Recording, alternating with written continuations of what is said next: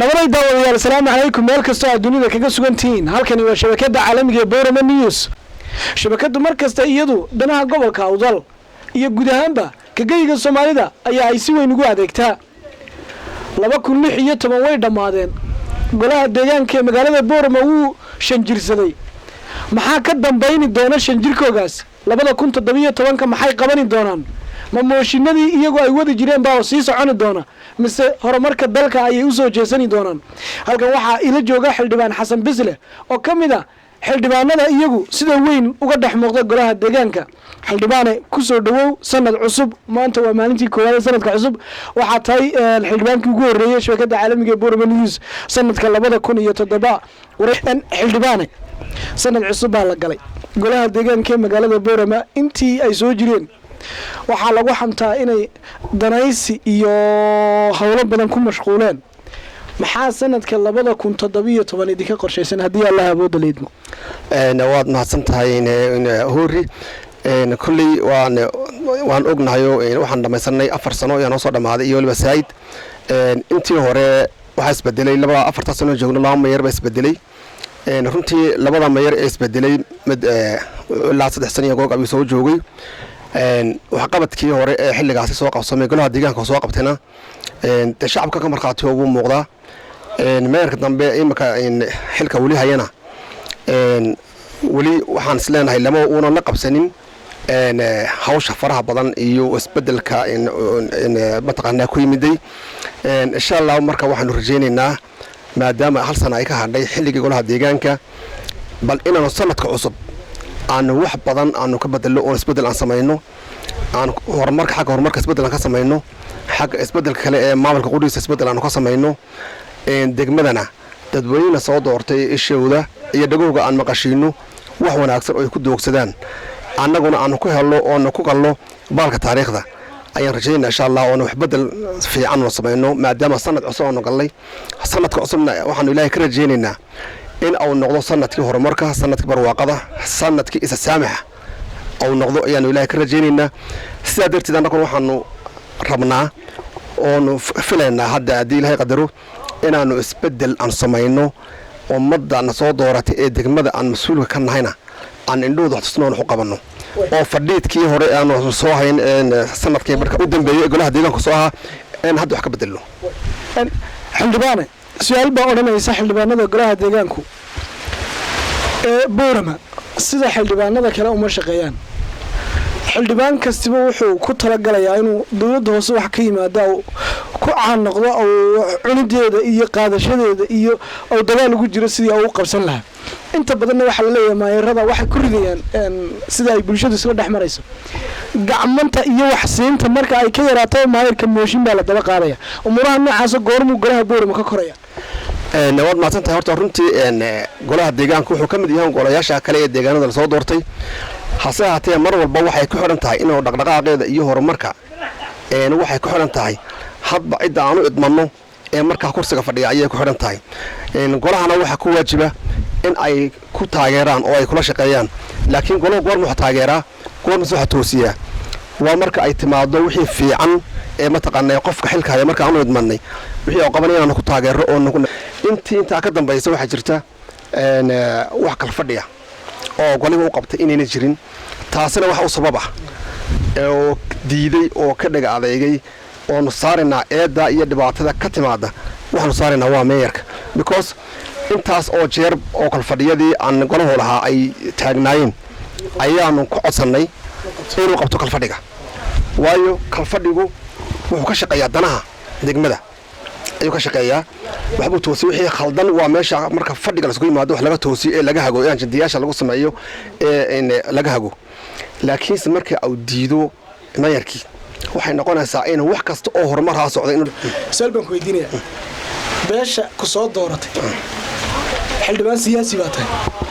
beesha ku soo dooratay xisbiga wadani bay taageersan tahay 99% waana la ogyahay magaalada Boorama adigu markaad xildhibaan u soo shukaaminaysa xisbigii kulmiyeed ka soo baxday codka beeshaadu ay geysay sidee bay mar dambe beeshaadu u dooran kartaa xisbiga kulmiyeed iminka dad ugu soo ururinaysa waad maasan tahay taasan qudhideeda waan ku kala saafi waxa weeyaan horta xisbiga kulmiyeed waxa uu ku sifoobay oo lagu yaqaanaa inuu yahay xisbiga horumarka inuu yahay xisbiga cadaaladda waa xisbiga quraatay ka soo baxay xukuumadii isbedelay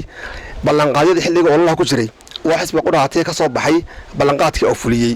oo ballanqaaday ee ummadda oo xilka u hayo u cadeeyay wixii ballanqaaday maanta soo hordhigo oo dadweynaha Soomaaliland oo marxaati ka wada yahay sidaa darteed aanu waxaan oran karaa cid kulmiye ka beersanayba inayna jirin oo dadku intooda badan ay yihiin majority kulmiye markaas aniga iyo taageerayaasha iyo beesha iyo beelaha sheegaysa adigu aad ka mid tahay waa kulmiye way su'aal kale ku weydiinaya shirar baa Boorama ka socda adu xildhibaan siyaasi baad hadda noqotay oo xildhibaannimadii siyaasad baa kugu beertay xisbi kulmiye la yiraahdo campaigner ruta u noqonaysa aad ka soo baxdo ilaashanaysa oo codkii hantidii ka gashay ilaashanaysa maxaa kulmiye su'aasha siyaasiyiin badan waa la weydiiyay maxaad kulmiye adiga iyo wasiirada aad ku haybtatiin kulmiye uga haysin maanta adiga afkooda ku hadlaya siyaasiyiin dan horta kulmiye ma aha xisbi beel quraata waxaan daawan ama beelo gaara waxaan daawan maaha waa xisbiga talada iyo dadku u dhaxeeya maadaama oo dadka u dhaxeeya kulmiye waxa weeyaan hadba uu balaaran dadweynaha reer Boorama beelahoodu way farabadan yihiin markaas saamiga markaad iga weydiisay waxaan oran karaa cid kasta way ka dhex muuqataa cid ka maqan ma jirto cid doona waxa ka soo agtay laakiin waa la wada dhex muuqdaa waana cadaalad aduu laakiin kulmiye soo saaraysa طبعا anigu kulmiye soo saaraya kana soo baxay una shaqeynaya su'aal kale ku weydiinaya mooshin baad wadaa mooshinkaasi maayirka dhaliilihiisa ku soo bandhigtaan wal mooshinkan muxuu daaran yahay iga war waa sax mooshinkani wuxuu daaran yahay marka horta waa in la ansixiyo miisaaniyadii la helo meeyarkii qaban lahaa marada sanadkii iyo markii hore soo dhamaadayna hadda waxaan filaynaa in mooshinkii si dhab ah loo qabto oo yimaado isbedel cusub la sameeyo ilaahay qofkii uu qadarina oo yimaado hadda markii hore waxa ku timaday si manaawala laakiin waxaan rabnaa imika inuu waxaanu ka fiirsanay inuu qofka aan rabnaa inuu yimaado haddii ilaahay qadaro qof laga fiirsaday oo mataqaanaa dadka iyo degmada iyo inta uu torayeen uu haado ayaan rabnaa noqdo insha Allah ta'ala hadii la raahdo mooshinkii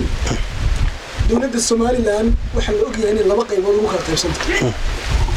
qayb adigu aad ka mid tahay oo kulmiye gudihiisa maayirkay ridaya sida la magac dhabayo wasiirka madaxtooyada wasiirka hawlaha guud wasiirada maaliyadda madaxweyne ku-xigeenka Soomaaliland Cabdiraxmaan Saynici iyo team golaha deegaanka magaalada Boorama kamid oo wasiir Raawo Cabdilaahi Dheere kamid yahay oo rag badan oo noocaas kamid yihiin maayirkii difaacayeen kubadda noocaas lagu tartamayo yaa badan doonada Islaam simbal way fududahay horta inagu in ka dawlad hoosaan cid aan la shaqeynaa hoos tagnaa waa wasaaradda arrimaha gudaha anagu taasaan noo xiriir la wadanahay taasaan loo shaqeynaa iyada un been wax ka go'an runaantii gobolkuna wuxuu leeyahay baraasa buu leeyahay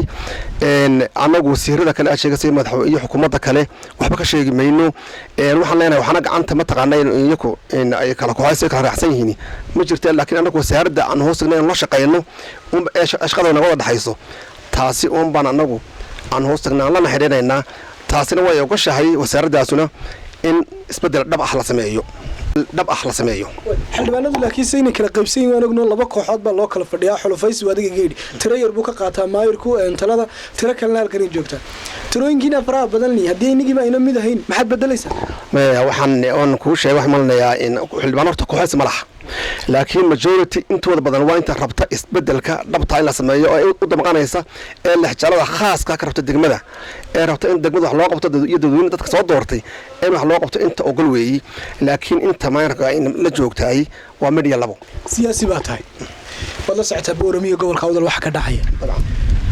beelaa ku biiraya xisbiyo beelaa xisbiye ka tagaya beelaa xisbiye shirar ugu qabanaya hodheelo Boorama mayna kuula muuqan siyaasadii Soomaaliland inay xulufaysi reer agashay kula muuqato adiga waa in laga bayro in cidii olol ku jirtay waa inay ka baydho oo soo baydho danta bulshada iyo in mataqaanay dalka oo la badbaadiyo dhimashada faraha badan ee mataqaanay abaarahan ilaahay oo haddii uu qabsoomo shirka golaha deegaanku oo maayirkiiba la isku dayo in la bedelo ama si maayirka ay suurto gashay in la bedelo adu musharax ma tahay طبعا maxaa ii diidaya waana musharax aniga iyo intii kalaba ay tartamaysahay way taagan yihiin laakiin aanu isku soo kooy maayo orma kalideena musharaxay oran maayo kalida la doorto oran maayo laakiin waan kamid ahay haddii ma taqaanaa ay goosto qof kale oo iga wanaagsan lehelana waan ku taageeraya ma in wajiyadii hore soo noqdaan maya wajiyo cusub la keenay waa wajiyo cusub ma in waayo wajiga hore soo maray wax qabadkiisa iyo wuxuu habaal waa la arkay waa martii wax la bedelayo waa waji cusub yaada oo naqan ku taagan abaaraha ka taagan wad arkaysa dabcan haddii doorasho la qabto oo sidaaba imika iyadoo dhibaatadaas jirta doorasho loo qabto xisbiga kulmiye gobolka awdal codka uu ka helayo maxaad ku qiyaasay waxaan oran karaa kulmiye codka uu ku leeyahay gobolka haddii aad igu weydiiso waxaan hubaa oon mataqaanaa dareensanahay inuu kulmiye yahay meel walba gobolkan ma gobol kasta ka ugu cod badan inuu yahay mooshinkiinu ma cusbo waxaynu ognayn in mooshinadu cusbeen xildhibaan adiguna waad ka horaysaa aniguna waan ka horhaya mooshinadii hore sidii ay dawladda xisbiga kulmiye ee madaxweyne ku-xigeenku ka garwadeenka uu yahay gobolka awdal marka laga hadlayo siyaasadiisa uu hor istaagay uu yidhi maayirkan baa shaqaynaya degmada iyo dalka u dana haddii haddana mar labaad mooshinkiinaasi fashilmo ama mar saddexaad baa uu fashilmo bulshada xildhibaanadii boorame isbedelka jeclaa ee in kolba qof cusub lagu tijaabiyo si wax uu cusub u qabto idinku doonayay sabay noqonaysaa soo hadda dadaalkiina ma noqonayo halba cad lagu lisay qof kasta oo xijala ka qabay degmada oo u tulayaay waxaan rajaynayaa inuu oran karin oo oranaynin ha sii joogan kaasi